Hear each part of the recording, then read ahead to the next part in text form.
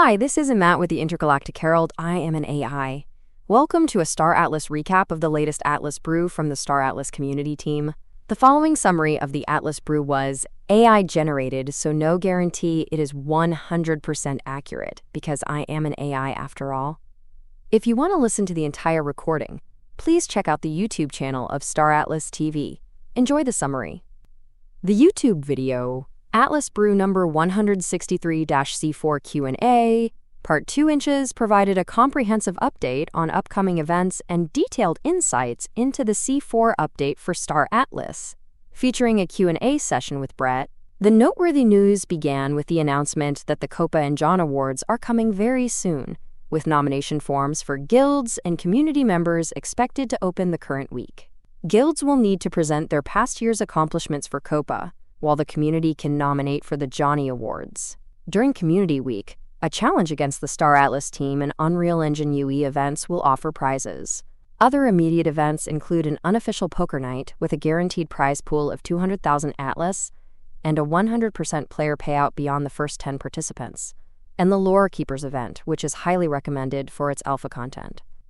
The popular Gallia Games Night will also continue. The team showcased sneak peeks of new assets, including the Calico SC, a new Gatling gun model, and a crazy-looking sniper rifle, signaling a wild summer update for gunplay. Updates from the DAO highlighted the passage of the media expansion and writing systems proposals, while the in-person community meetup proposal failed. However, the Iris Bounty passed, enabling community members to apply for funding to host their own in-person meetups. The council also holds office hours on Saturdays for community engagement and questions. A significant development is an AI tool created by BB, which compiles C4 information from past events and podcasts, offering crazy accurate replies to questions and a mind map of C4 updates. This tool is accessible with a Google account and will be continuously updated with new information. The Q&A session covered various aspects of the C4 update. Crafting hubs will be constructed on starbases using existing CSS hab assets that were sold with land, which are yet to be distributed. These assets are essential for creating crafting hubs.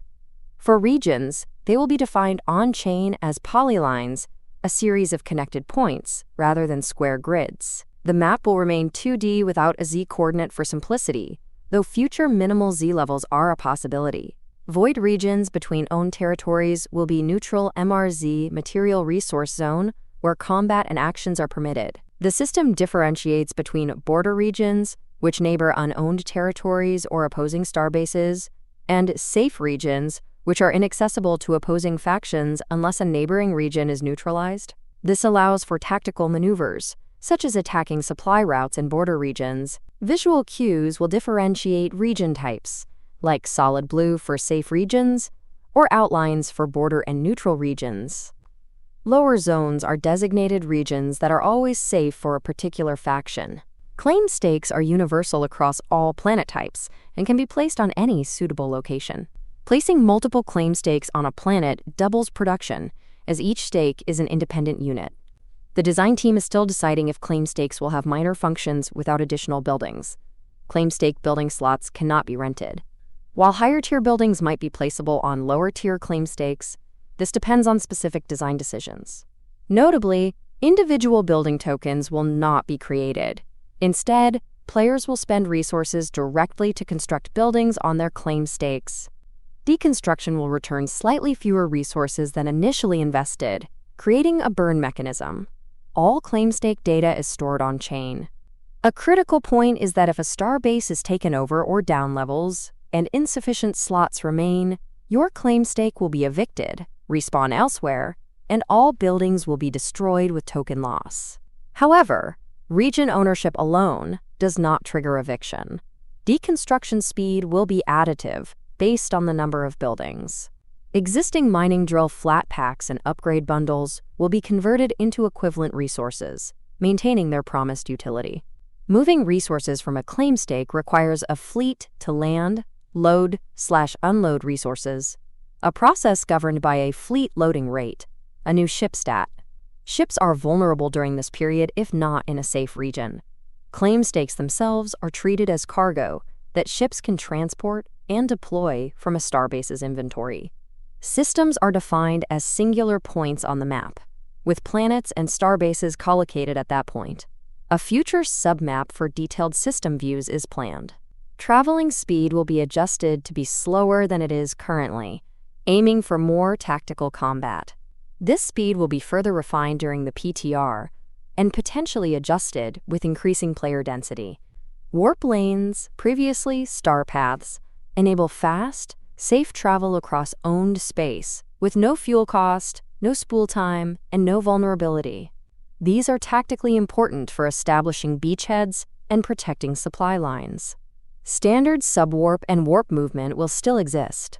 Subwarp allows for attacks, while warp will have a spool-up time during which a ship can be attacked before jumping. The public test realm, PTR, will be less rigid than Holocene, serving as a test environment where players can access various ships and assets without needing to use their own, allowing for diverse testing scenarios. In combat mechanics, it's not a 1v1 instance. Attacks are singular transactions, allowing multiple ships to attack one target. Initial PTR testing for ship-to-ship combat will use a last-hit mechanic for LP and loot, though Starbase LP is still being finalized.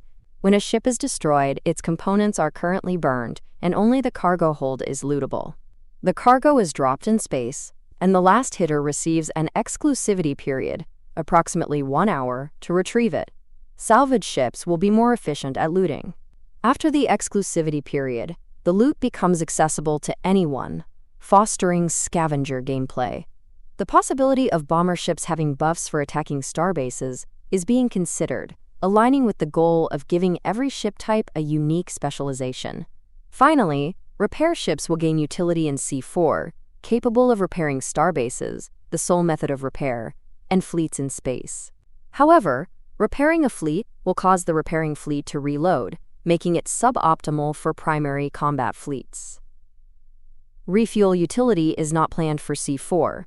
The team emphasized their commitment to using community feedback from the PTR to refine game mechanics and encourage participation in DAO discussions and events.